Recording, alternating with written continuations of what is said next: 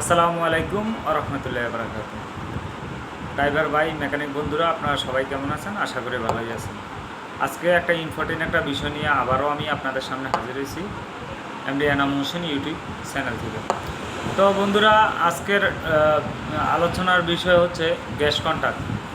তো অনেক সময় দেখা যাচ্ছে অনেক লম্বা গ্যাস কন্ট্যাক্ট নষ্ট হওয়ার কারণে অনেক লম্বা সেল মারা লাগে।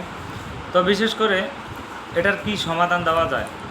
অনেক সময় গ্যাস কন্ট্যাক্ট ছাড়াই গ্যাস আসে, ইঞ্জিনের ভিতরে গ্যাস ঢুকে গ্যাস কন্ট্যাক্ট ছাড়াই যখন আপনারা গ্যাস কন্ট্যাক্ট দিবেন ঠিক তখন আপনাদের আউটসাইডে গ্যাস পুশিং হবে। তো পুশিং আউটসাইডে না পুশিং হওয়ার আগেই কন্ট্যাক্ট ছাড়াই গ্যাস চলে আসে। তো এই ক্ষেত্রে আপনাদের করণীয় কী বা কী সমস্যা আপনাদের সামনে হাজির হলাম আমি। তো বন্ধুরা, আজকের যে গ্যাস কন্ট্যাক্টের পিস্টন, অনেক সময় গ্যাস কন্ট্যাক্টের পিস্টনে মাথা খেয়ে যায়, এই কারণে আপনারা এই সমস্যার সম্মুখীন হন। তো একটা গ্যাস কন্ট্যাক্ট 10 বছর পর্যন্ত কমপ্লিট গ্যাস কন্ট্যাক্ট চালাইতে পারবেন।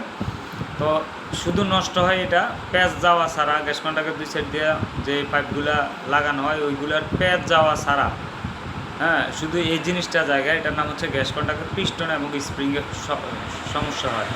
তো এগুলো চেঞ্জ করে দিবেন, ইনশাল্লাহ আবার আগের মতো চলবেন। তো বন্ধুরা, যদি ভিডিওটা ভালো লেগে থাকে লাইক কমেন্ট শেয়ার করে পাশে থাকবেন। নতুন কোনো ভিডিও নিয়ে আবারও আপনার সামনে হাজির হবো ইনশাল্লাহ। এ পর্যন্তই ভালো থাকবেন, সুস্থ থাকবেন, এই কামনাই করছি। আল্লাহ হাফেজ।